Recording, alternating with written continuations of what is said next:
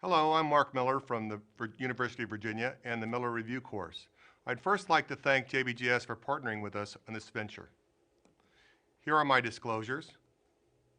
Sports medicine in 1 hour is like drinking out of a fire hydrant, so hang in there. These are the sources I used to prepare this, primarily OKU 5 Sports, which I just edited, and What's New in Sports Medicine from the Journal of Bone and Joint Surgery, the last 5 years. These are sources we used for many of the images, and I've used them with permission. Sports medicine is not brain surgery, it's not rocket science, but we need to get a plan. And we're going to talk about knee primarily, and the majority of the lecture will be about knee.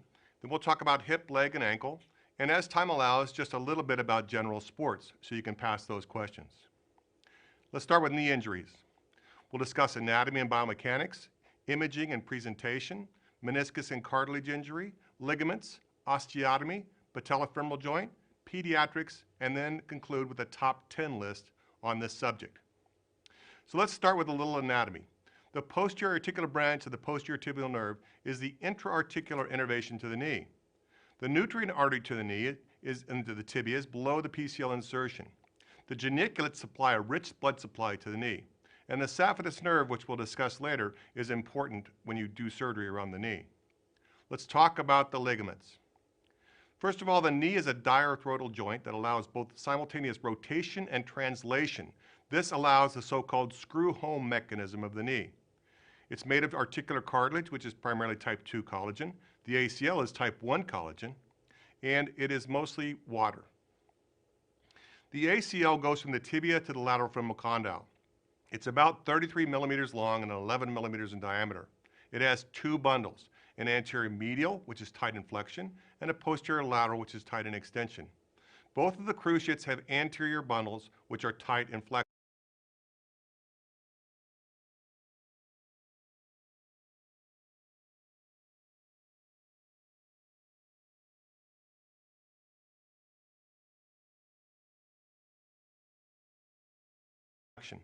And both of the cruciates are supplied by the middle geniculate artery. The PCL is your pal. It runs from the medial femoral condyle to the tibial sulcus. It's longer and wider than the ACL. It has two bundles. Again, it's your pal, and therefore it has an anterior lateral bundle. Like the ACL, the anterior bundle is tight in flexion. And that makes sense for the PCL because the anterior lateral bundle is tight in flexion, and that's where the PCL functions, in flexion. So remember that concept. It'll help you to answer many questions. There are two variable meniscofemoral ligaments, one Humphrey, one Rissberg. Alphabetically, Humphrey comes before Rissberg, and therefore it's anterior, or in front of Rissberg. It is supplied by the middle geniculate artery, just like the ACL. The medial collateral ligament goes from the medial femoral condyle to the tibia, about 6 or 7 centimeters distal, particularly the superficial component. The deep component is nothing more than capsular thickening. Note this laprotogram image, which shows the various insertions of the medial collateral ligament and the MPFL. This kind of image will show up on tests on a regular basis. The lateral collateral ligament goes from the lateral femoral condyle to the fibula, slightly anterior.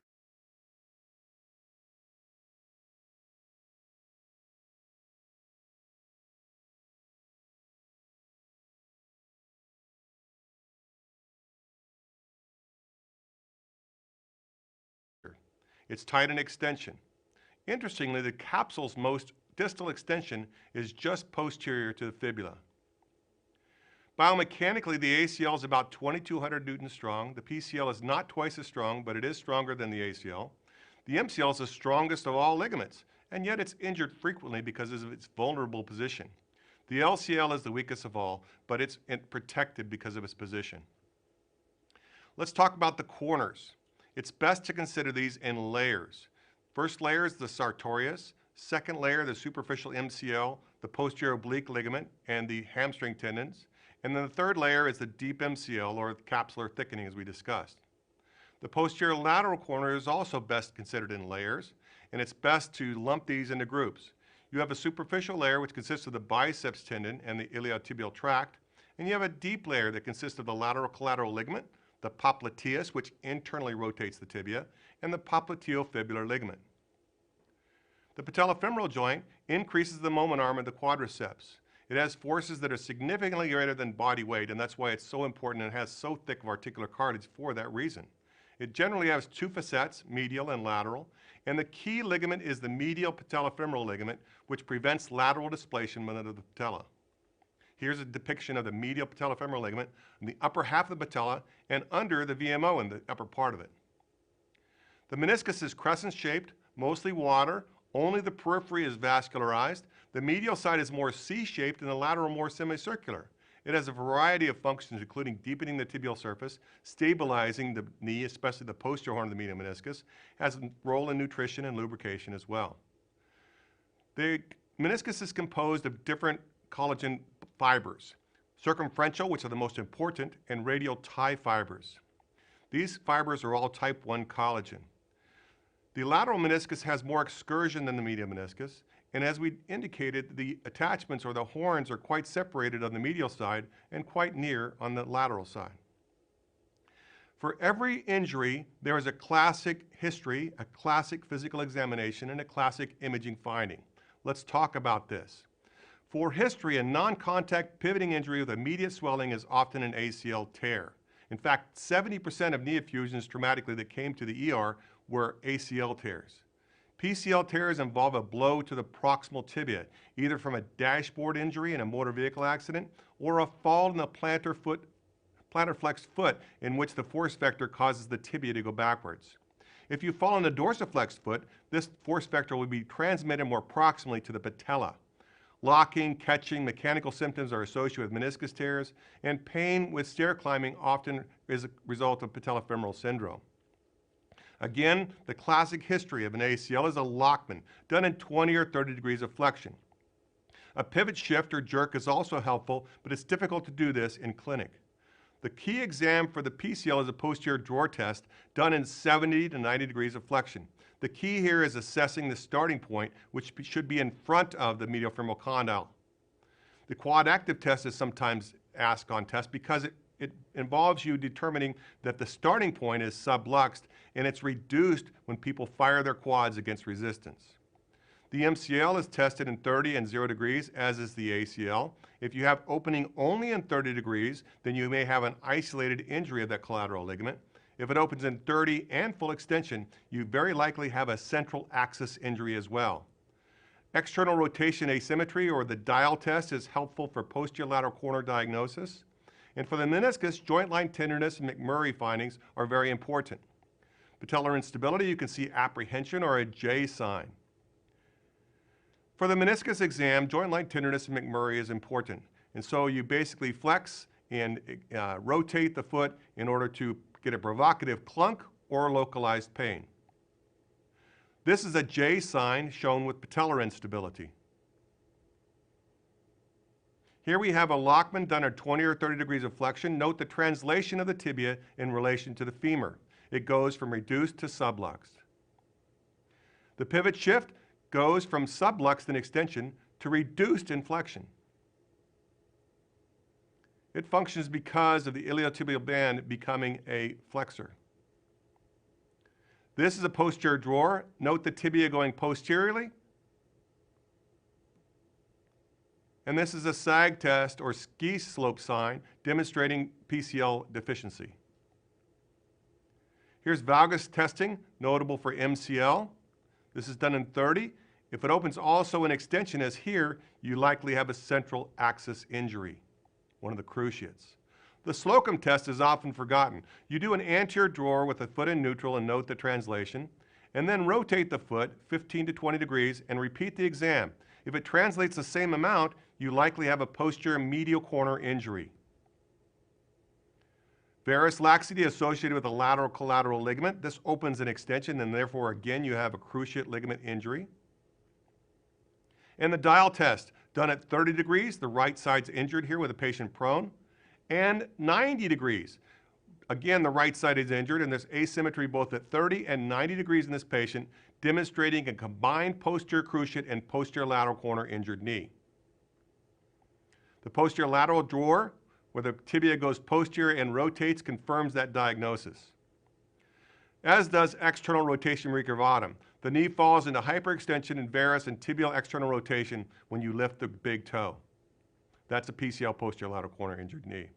So again, just like you have a classic presentation, a classic history, classic exam, you also have classic x-ray findings. A Sagone fracture or lateral capsular sign is a result of an injury to perhaps the ALL or anterior lateral ligament, or at least the capsule, and this is associated with an ACL tear. It's not always an ACL tear, but when it is, you can be assured there's an ACL injury knee. The medial femoral condyle calcification is often a result of chronic MCL injuries and represents a Pellegrini Stiati lesion. Patella height is also important. Alta suggests instability. Baja suggests stiff knees. So if you're looking at a lateral radiograph and you can't find anything else wrong, look at the patella height. Fairbanks changes or squaring, ridging, and narrowing are associated with a post-meniscectomy knee. Osteochondritis dissecans is located primarily in the lateral aspect of the medial femoral condyle. Check the physes because the treatment is different. Widened and cupping is associated with discoid meniscus, and this will usually have an accompanying MRI. Flexion weight-bearing PA views, also known as the Rosenberg view, is helpful for detecting arthritis. Stress imaging can be helpful for quantifying PCL laxity and also is very helpful in the childhood knee with open physes to make sure you have a collateral ligament versus a physeal fracture, which needs to be recognized. Again, if you can't find anything else wrong on the radiograph, look at the patellar height. You don't need to know all these ratios, just look at the bottom of the patella in relation to Blumenstadt's line. The other imaging technique is to get a CT or MRI and assess the tibial tubercle to trochlear groove offset. Large amounts, that is greater than 20, may require a distal procedure in addition to a proximal patellar realignment procedure. MRI is very helpful. Classic questions include where is the location of the bone bruise with an ACL? Answer, lateral femoral condyle mid-third, lateral tibia plateau, posterior third. And then there's classic MRI findings of a bucket handle tear of the medial meniscus with a double PCL sign, a double anterior horn sign with a bucket handle tear of the lateral meniscus, an ACL direct injury, and a PCL injury. So also ultimately the diagnosis is confirmed, and confirmed not made, with a diagnostic or confirmatory arthroscopy. Portals, of course, we're very familiar with inferior lateral, inferior medial, which are the best visualization. You also can use a posterior medial portal when you need to look at the medial meniscus posterior aspect, which allows you to determine and see meniscal tears. This is the most common injury in the knee. It has a higher risk with ACL deficient knees. If you take all comers, the medial meniscus is commonly torn more often than the lateral, but if you take acute injuries with ACLs, the lateral meniscus is more common. And older degenerative tears of the posterior horn of the medial meniscus are important because that is a secondary stabilizer of the knee. And the treatment is somewhat controversial, especially lately. So be careful and don't recommend arthritis as an indication for a arthroscopic knee surgery. Note also the meniscus root tears are a hot item, and you need to view these from the posterior medial portal. The common nomenclature is shown here for the different types of meniscus tears. The answer of when to do partial meniscectomy is when you can't repair it. So think repair first, and if not, then you have to do a partial meniscectomy. Save as much as you can because it's all important to preserve the joint. Avoid thermal treatment of anything in sports medicine on exams, and be aware of false positives, especially in the anterior horn of both menisci. A meniscectomy, when you have a complex tear such as this, is your only option. You can improve access by fenestration if necessary. You can look at a posterior medial portal by creating it through the notch and doing a spinal needle to localize it. And then you protect them post-operative if you have meniscus repairs. The results of meniscectomy are good, but the complications can include hemarthrosis, bleeding, etc. And this entity called SONC, or spontaneous osteonecrosis, which is a devastating complication which occurs primarily in middle-aged women following knee arthroscopy. This requires prolonged immobilization and protection in order to resolve this problem.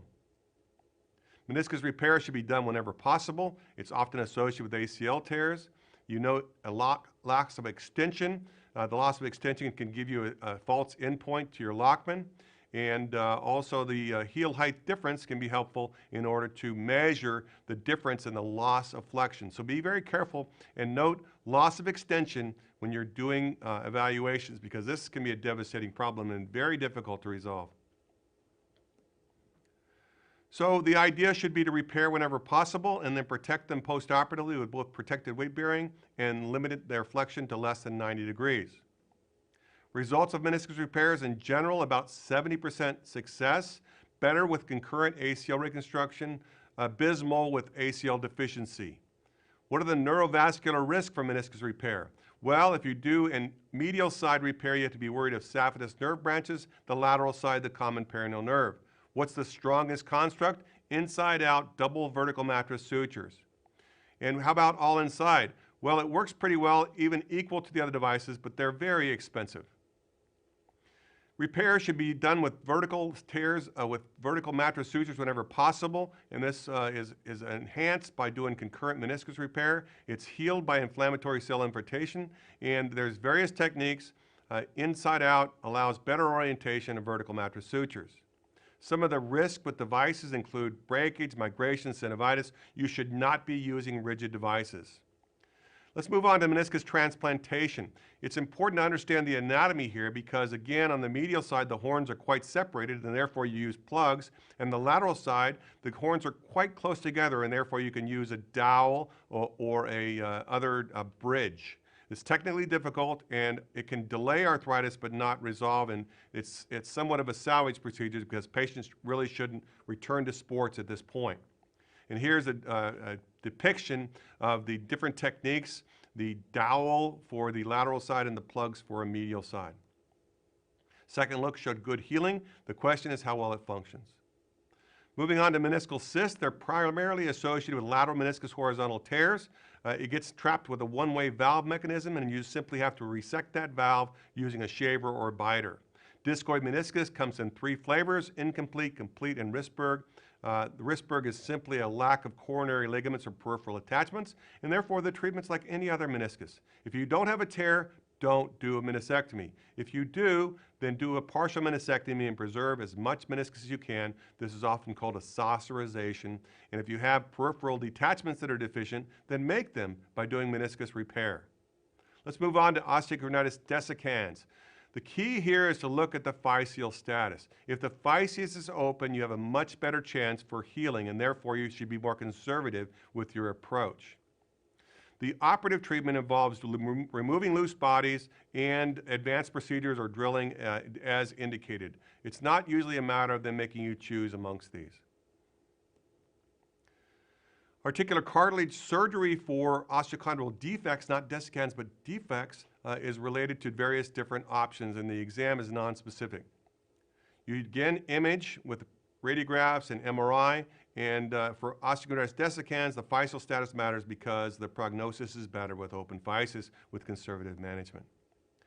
Again, osteochondral defects, you have various treatment options.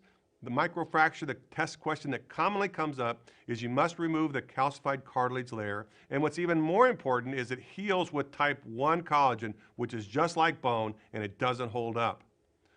Osteoarticular autograft transfer or plug transfer is a very efficacious treatment, and it's used for smaller defects. Osteochondral implant is a very expensive 2-stage procedure that results in results equal to OATS, but better than microfracture. And allograft can be reserved for larger defects. Here's an example of an osteochondral autograft transfer where you can get smaller defects up to 2 or 3 8mm plugs without much difficulty. It's more durable because it's type 2 cartilage. It's cartilage that's already has type 2 collagen, and you simply transfer it, as opposed to microfracture, which relies upon marrows to fill in and results in type 1 collagen. So, you protect the weight bearing these patients postoperatively. What are the results? Several results show good results with OATS, and OATS equals ACI, but it's less expensive. Complications further breakdown. Let's move on to osteonecrosis. 2 types here. Your classic atraumatic or steroid-related or alcohol-related osteonecrosis, and the treatment's same as in the hip and the shoulder. Core decompression is sometimes necessary. And we've already talked about sunk, and that's a problem postoperatively in middle-aged females. How about arthroscopic synovectomy? If you do a complete synovectomy, that is with multiple portals, then your results can be equal to open synovectomy. You must use proximal and posterior portals. A plica is a partial synovectomy, and it is resecting this thick plica on the medial side. The problem is this is an overdone procedure and it's very rarely indicated, only when you have chondral injury of the medial femoral condyle from abrasion. Let's talk about the ACL injury pattern. You have a non-contact pivoting injury with a pop and no return to play. We've discussed the Lockman done at 20 or 30 degrees of flexion, and we discussed the pivot shift. The ACL is the #1 area of sports test questions, so be prepared. The ACL cannot be repaired because the ends, when they're torn, get covered with a rubber-like cement called alpha-A myosin. The ACL injuries are commonly associated with lateral meniscus tears, especially in skiers. We talked about the scone fracture, which may be an injury of the ALL, and we talked about the MRI findings in the MRI lecture. The scone fracture, or the ALL avulsion, is interesting because the ALL is a current topic of much debate and interest. Just note its origin and insertion, and the controversy revolves when you should fix it, which cannot be asked on exams. Does the ACL reconstruction prevent osteoarthritis? Well, it's really not clear, but in general, it can be beneficial to get most people back to play. And it does indeed improve the quality of life. What about timing of surgery? Well, if you wait too long, you can get meniscus and chondral injuries. If you operate too early, you can get arthrofibrosis. What about the re-tear risk? Well, the re-tear risk is about 3%, and in fact, it's higher in the opposite knee. Autograft is much favored in young people over allograft, and one study showed there was a risk of more than 7 times injury in an allograft ACL in young patients. You need to understand the rehabilitation and avoid short arc quads in 0 to 30 degrees of motion early on. And ACL rehabilitation and accelerated rehabilitation shows some improvement, but at 2-year follow-up, they're equal. Let's talk a little about allografts. Again, the key test question is higher failure rates in young patients, particularly with radiation. Note that delayed incorporation in animal studies and the possibility still of infection. Preconditioning, or putting grafts on a tension board, can be beneficial and reduce stress relaxation. ACL treatment can be non-operative, believe it or not, particularly in low-use people. However, most active people require an ACL in order to get back to pivoting sport. And it does reduce the incidence of chondral and meniscus injuries. There's a whole host of graft choices, and the key question is the patella tendon can cause anterior knee pain. The hamstring tendon can be somewhat stronger. The patella tendon also can be associated with a little bit more arthritis, and the hamstring, in some studies, a little higher failure rate. Again, late arthritis is related to the integrity of the meniscus, and therefore you should be aware of the meniscus status and protect the meniscus whenever possible. My mentor, Dr. Freddie Fu, has talked to us about the importance of the anatomy, and there are 2 bundles, and most of us with single bundles now place in between those 2 bundles, which he's taught us location of. And here's where I like to put my tunnel on the femoral side, about the 3/4 of the way across of Blumenstadt's line on radiographs, and on the tibia about 35 to 40% of the way across the tibia. So what does a femoral nerve block do for ACL reconstruction? It slows quad rehab. Does graft choice matter? We just talked about this. Does timing of return to play? Probably 8 months to a year. So how about complications? Well, you can have problems with tunnel placement, which is the most common cause of error, that is technical failure. You can also have stiff knee arthrofibrosis. You should avoid operating in the acute time frame. You can have hardware problems, recurrent injuries, or you can miss a concurrent injury, which can cause problem as well. Loss of motion is a very difficult problem, and you should emphasize extension early and work on prehab and work on post-hab to include in the recovery room putting a pillow under the heel rather than the knee. Again, arthrofibrosis is a difficult problem to deal with, and you want to avoid it whenever possible. Fractures are also possible complications. Be aware of this when harvesting. And hamstring harvest can result in amputated grafts unless you remove all of the attachments to the gastroc. Complications also can include this so-called cyclops lesion shown here and other problems associated with this. This is an interesting picture because you'll see that graft position is a problem when you place it too anterior or too posterior, both in the tibia and the femur. The picture shows that when the graft is very tight or skinny and drawn out, that is tight. And so when we have a tunnel anterior, it's tight in flexion. That makes sense because remember your PAL, AL is tight in flexion, so that's the way to keep this in mind. And concurrently, therefore, the tunnel posterior goes you tight in extension. So be aware of that.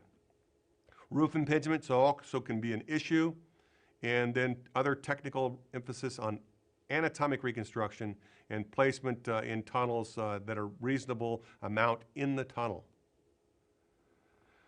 So our outcome is related to the correction of the pivot shift, and we've now moved our tunnels more horizontally in the femur in order to improve that. There's various techniques to do that. It doesn't matter how you do it as long as you get more horizontal. Shrinkage is always the wrong answer on the board exams, without question. Can you prevent ACL injuries? Well, you can in advanced skiers, but not novices. You can in the female athlete by doing jump or plyometric training, and you can't really with bracing unless you're in a skier post-op from an ACL. How about the female athlete ACL? Well, we all know there's a huge increased incidence of ACLs in females. The COLA5A1 gene is protective, actually. Risk factors include these, and therefore on the exam, if you're asked the risk factors for female athlete ACL injury, the answer is often all of the above. Let's move on to the PCL. The mechanism of injury is blow to the proximal tibia, and the posterior drawer is the key exam. Bony avulsions should be fixed. Isolated PCL injuries should not be treated. Combined injuries should be. The only time you treat isolated PCL injuries is if they failed extended rehab.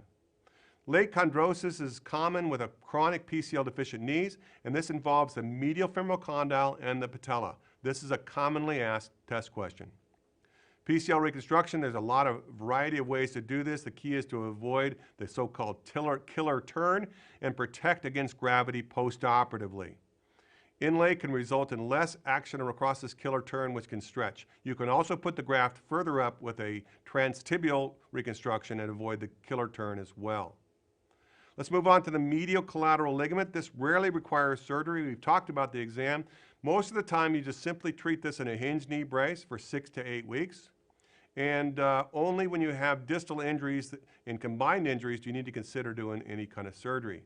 The lateral collateral ligament is very rarely torn in isolation. It's almost always involved in a significant multiple ligament knee injury. And when you have this posterior lateral corner injury, which can be missed, you note that you have external rotation asymmetry, and the other exams we showed previously. The key is to fix everything anatomically and to also add a reconstruction. Primary repair and supplemental reconstruction results in the best results. How about multiple ligament knee injuries then as we segue into this? The key here is the nomenclature depicts which direction based upon the distal bone. This is true everywhere except for the spine, by the way. And so the direction of the tibial displacement anterior is the most common dislocation. The treatment is to first reduce the knee, which is always asked, and then to proceed with management. And the surgery does not need to be done unless you have an emergency, such as a vascular emergency or irreducible knee or open dislocation, until about 1 to 2 weeks after your injury. The classification is based upon the number and the type of ligaments that are torn. One ligament is KD1, 2 ligaments, KD2, both cruciates that is, and then KD3 with combined collateral side, and KD4, all 4 ligaments. A proximal fib dislocation can occur when the fibula disassociates from the tibia. This is rare, but it's treated with closed reduction, and if it continues, you may have to do a fibular head resection. Likewise, a proximal tib-fib cyst can be a problem. It can cause pressure on the local perineal nerve there, and it can be treated with decompression. If it recurs, you have to consider tib-fib fusion. How about bioabsorbable materials? Well, we know PGA, which was a SureTac, only it's lasted for weeks, PDS months, PLLA years or perhaps forever, and then hybrids we're looking at now. Let's move on to knee osteotomy. Knee osteotomy is a good option for isolated arthritis in younger patients. You have to be precise with your technique. It's often done in conjunction with posterior lateral corner chronic injuries. Medial opening is currently favored by most sports surgeons because it allows sagittal plane correction, and it reduces patella baja, and it is a very beneficial technique. You take a long leg film from the hip to the ankle and measure the mechanical axis. The goal is to place the new axis about 62% of the way across the tibial plateau to transfer the weight into the other compartment. You want to maintain the current slope. then you place more opening in the back than the front. If you want to increase the tibial slope, you can consider that with a PCL deficiency. If you want to decrease the tibial slope, you should consider that for ACL deficient knees. And if that makes sense to you or doesn't, you may consider to go back and review your geometry. How about unis? Unis are good for primarily for isolated arthritis, and in some centers this is done very commonly, even more than HDOs. Other centers do more HDOs. It's contraindicated with ACL deficiency, so if you have an ACL deficient knee, you may want to do that concurrently. Overuse injuries classically involve things where you have done too much. You've run too far, you run in hills, and therefore you need to slow down and rehab with eccentric exercise, with restrictions, and to avoid the activities that are exacerbating this. Eccentric exercise is essential for rehabilitation. Prepatellar bursitis occurs in wrestlers because they're on the mats all the time. You have to aspirate them to make sure their mats didn't have MRSA in it. Iliotibial band syndrome occurs from hill running, and the key test here is the Ober test shown here. This is often shows up on exam. Again, the treatment is non-operative. For all overuse, consider non-operative initially. RSD, which is now known as complex regional pain syndrome, disproportionate pain, and sympathetic blocks are the answers. Patellofemoral exam, we're all familiar with this. Look at glide, look at height, look at apprehension, look at the J sign. Image, look at the patellar height and the TTTG, and make your surgery options appropriate based upon that. It's interesting, if you put the number 40 on the patella, if you have quadriceps tendon rupture, they occur over 40, and patella tendon ruptures under 40. So that's a helpful way to remember that. The repairs are simply through tunnels, and the tunnel should be placed closer to the articular side of the patella or the quad when you're doing the repair.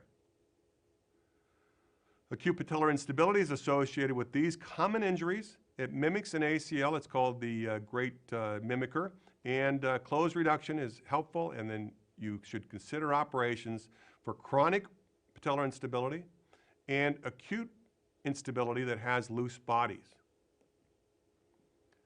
It's often mistaken for ACL, as I said, and the exam is notable for patellar mobility, apprehension, and the J sign, which we showed you previously. Look at the radiographs. Look at the TTTG. What imaging findings suggest more than a proximal procedure alone is required? Well, the TTTG, more than 20, trochlear dysplasia, which you need to do a trochleoplasty, and significant patella alta and advanced arthritis. What is the indication for first-time dislocators? Well, again, it's usually not a good idea unless you have loose bodies. What is Schottle's point? This is the location you should place your graft if you're doing a MPFL proximal reconstruction. How about results for early patellar instability?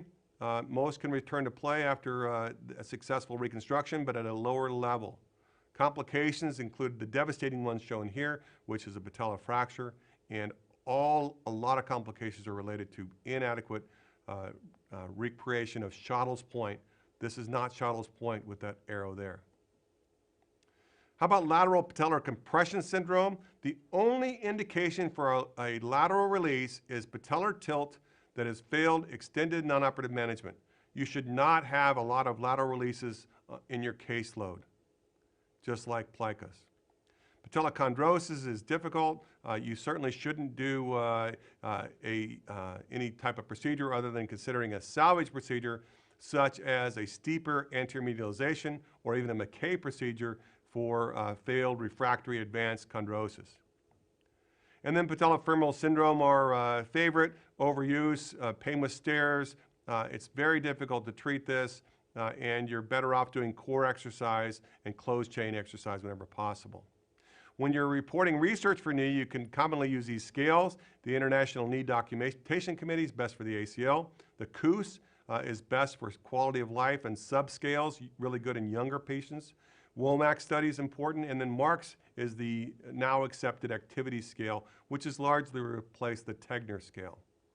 How about pediatric injuries? Well, you can have apophysitis either at the tibial tubercle, which is Osgood-Schlatter's, we're all familiar with that, or Sidney-Larsen-Johansson, which is on the inferior border of the patella. Again, all of these apophysitis and all overuse injuries are treated conservatively.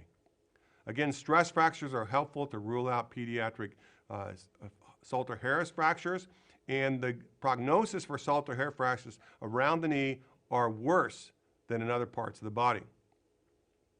Note that you can have a tibial imminence fracture. The question that's often asked here is the medial meniscus anterior horn can block the reduction. And then as far as ACL mid-substance injuries, you should do a physeal sparing operation, especially on the distal femur for younger patients. Patellar sleeve fractures, again, look at the patellar height. You may not have the benefit of that little fleck of bone, and be aware of the height when you're looking at radiographs. Other problems, popliteal cyst, which basically resolves spontaneously, and bipartite patella, which rarely needs a surgery. Don't forget that a knee pain may be associated with real hip pain, and you may miss a hip condition if you're not looking for it when you're evaluating for knee pain. So let's look at the top 10 for the knee. The ACL is the most commonly asked question on the sports exam. The keys, the mechanisms of injury, non-contact pivoting injury, the exam, which is the Lockman, the bundles, not your pal, so therefore anterior medial, which is tight in flexion, and posterior lateral, which is tight in extension. Imaging, including the bone bruise pattern on the lateral side, tunnel location, and prevention, including jump training. The meniscus, exam, mechanical symptoms, joint line tenderness, you should repair whenever possible. Do not saucerize a discoid meniscus that does not have a tear, and decompressed meniscal cyst. The PCL, a blow to the proximal tibia. It's your pal and has anterior lateral bundles. The exam is the posterior drawer. Imaging includes CT, MRI, especially stress radiographs.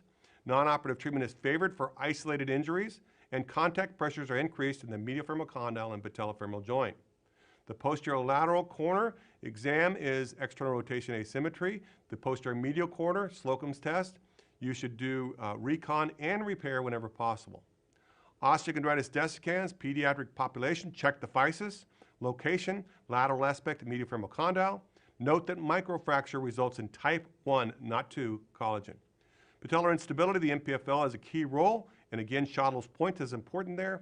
Cartilage injury occurs in the classic location of the lateral femoral condyle and the medial facet of the patella. The pediatric knee, tibial imminence fractures can be entrapped by the anterior horn of the medial meniscus. Stress x-rays are important to rule out physeal injuries, and the popliteal cyst will go away on its own. Rehab, avoid open chains, short arc quads, especially early. Overuse from running hills, ITB, test the Ober test. And then the anatomy is often questioned, is the insertion of the popliteus and related to the LCL. Note that the mnemonic POP-DAD, the popliteus is distal, anterior, and deep to the LCL. Okay, there's more to follow. Let's talk about lower extremity. And we'll spend less time in the lower extremity than we did in the knee because it's asked questions less frequently. Athletic pubalgia involves lower abdominal inguinal pain at extremes of insertion. The resisted sit-up is perhaps the most helpful. It occurs more commonly in males by far. The exam, you need to look at the adductus longus, look at pain with adduction, and pain with Valsalva and sit-ups. This, believe it or not, responds to a hernia repair, even though a hernia is not actually recognized. And you also combine this often with adductor or rectus recession. The sports pain and the mechanism of injury is extension and abduction. There are tightness of the rectus and the adductor, and you may have osteitis pubis with osteopenia of the pubis symphysis. Let's talk about snapping hip. There's three kinds. There's external, where the iliotibial band crosses over the greater troch. There's internal, when the iliopsoas snaps from a Faber position over the edge of the brim of the pelvis. And there's intra-articular, which involves loose bodies in the joint. So the treatment accordingly, first non-operatively, and then operatively only when you fail non-operative measures. Other problems include hip dislocation and subluxation. This is what happened to Bo Jackson and ruined his football career. The greater trochanteric bursitis, hip osteoarthritis, and hip pointers. The hip pointer involves the iliac wing contusion. It's just symptomatic treatment. This is where you can safely do an injection in the field. Let's talk about hip arthroscopy, which is becoming much more common. It's done for loose bodies. Labral tears, labrum should be repaired whenever possible. You can position, most people favor supine, and the key is the portals. The key for hip and ankle arthroscopy and elbow arthroscopy for that matter involves the dangers associated with nerves and vessels around the portals. And what's most commonly tested is the risk for the lateral femoral cutaneous nerve with anterior portals. That's the most common question. Traction can also be a problem. So when you do hip arthroscopy, you can do central arthroscopy, peripheral arthroscopy, and lateral arthroscopy and look at all the compartments. And arthroscopy is becoming increasingly favored for the treatment of femoral acetabular impingement, FAI. There are basically three types of FAI. Pincer type, which involves the acetabulum and the labrum. Cam type, which involves an abnormality to the femoral head and neck. And combined, which is most common. The most earliest exam finding associated with FAI is loss of flexion and internal rotation. We used to say that was the same exam finding for arthritis, but interestingly, arthritis is probably early FAI. So imaging, look for the pistol grip deformity and abnormalities of the femoral head and neck. Look at different types of arrangements of false profile view, and look at the depiction on this image that shows the different types of FAI. And so the treatment then is to correct those. And you can correct the cam with an osteoplasty or resecting some of the acetabulum and then repairing the labrum. And you can, that's the osteoplasty of the hip. And for the pincer type, again, acetabulum and repair of the labrum. So again, the cam, you do the femoral head and neck, and pincer, you do the labrum. How about stress fractures? Well, stress fracture is a problem with tension-sided injuries. They're so-called at-risk stress fractures. They involve the femoral neck, particularly on the tension side or the proximal side, the femur, the anterior tibia, where you can get the dreaded black line, and the tarsonavicular.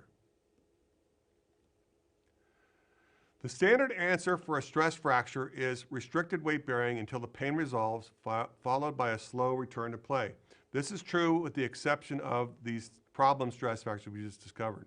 How about shin splints? This is an overuse injury. Interestingly, the pain decreases with running, and you can do a 3-phase bone scan to help make the diagnosis. Exertional compartment syndrome is a classic history of pain after running. It takes a while to resolve after you stop, and the key is to measure the pressures in the affected compartment. So you put them on a treadmill and you place a pressure measurement as they're done running. You do it immediately before they start, and then 1 minute after they've done exercise, and then 5 minutes after the exercise. The key numbers to remember are 15, 30, and 20. 15 at rest, more than that, more than 30 after 1 minute, and more than 20 after 5 minutes makes the diagnosis of exertional compartment syndrome. And the treatment then often involves to resect the fascia over that compartment. Watch for the superficial peroneal nerve laterally when you do that. There's also other nerve entrapments throughout the lower extremity, and many of this has been covered in the foot and ankle lecture. This is simply for review.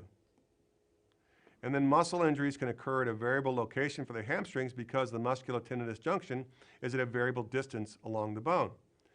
Note that if you have an injury to the quadriceps, you should immobilize the patient in flexion. This is West Point studies that have shown us that, and it's an important test question. Note also that gastroc injury, the medial head of the gastroc can be injured, and this is the so-called tennis leg. It is not an injury to the plantaris, but the medial head of the gastroc, and conservative management will resolve this problem. The other injuries that occurred around the pelvis are important because it allows two-tier test questions about the anatomical locations. So know that the ASIS is the origin of the sartorius. Note that the AIIS is the origin of the rectus. And note that the ischial tuberosities are the origin of the hamstrings. And therefore, this will help you with the test questions. Myositis ossificans, a blow to the soft tissues around the bone, can cause ossification in the soft tissues. Again, the mature bones at the periphery. This will differentiate it from a tumor. Ankle sprains are the most common injury in sports medicine. Note that the CFL, or calcaneal fibular ligament, is injured in dorsiflexion, and the ATFL, or the anterior tib fib ligament, is injured in plantar flexion. Also note that a high ankle sprain involves the injury to the syndesmosis. You need to tell the coach that player will be out for a prolonged time.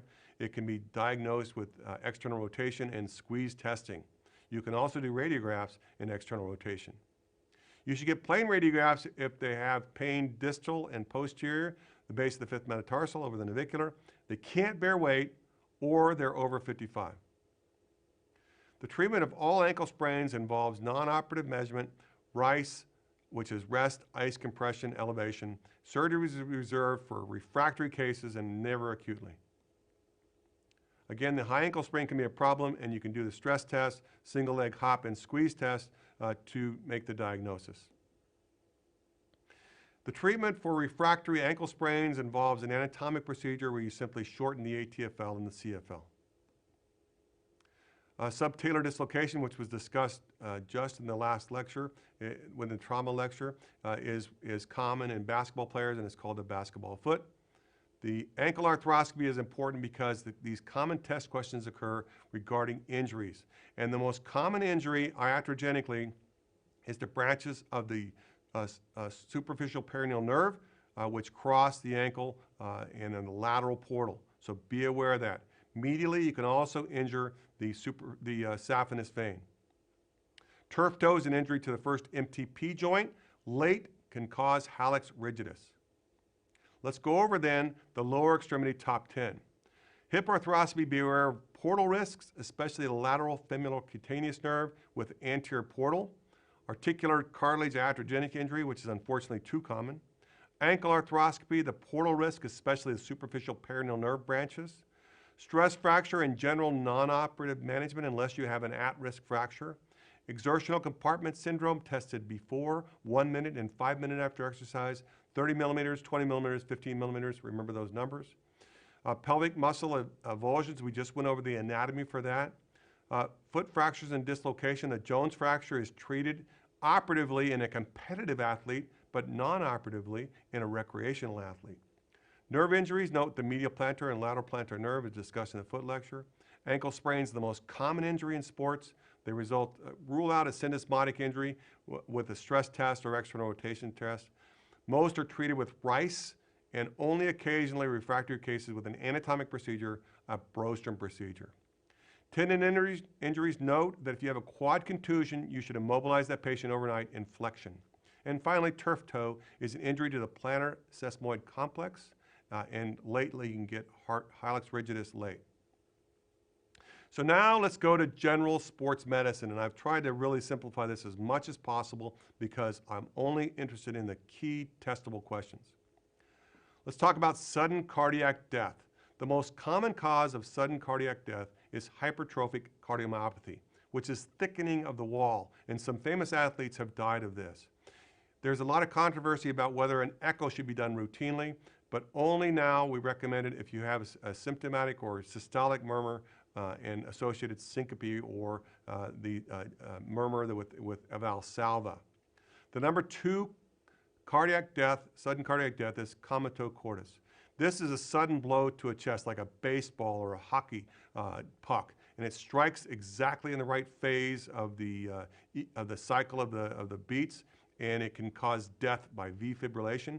The only way to resolve this is to electrocardiovert these patients, and that's why it's so important to have AEDs available on the sidelines or at all of these sporting events. And the third most common cause is your ordinary coronary artery disease. And so this involves patients who are older and some that aren't so old with a significant family history. We're all aware of this issues and the risks associated with this if you're an adult male especially.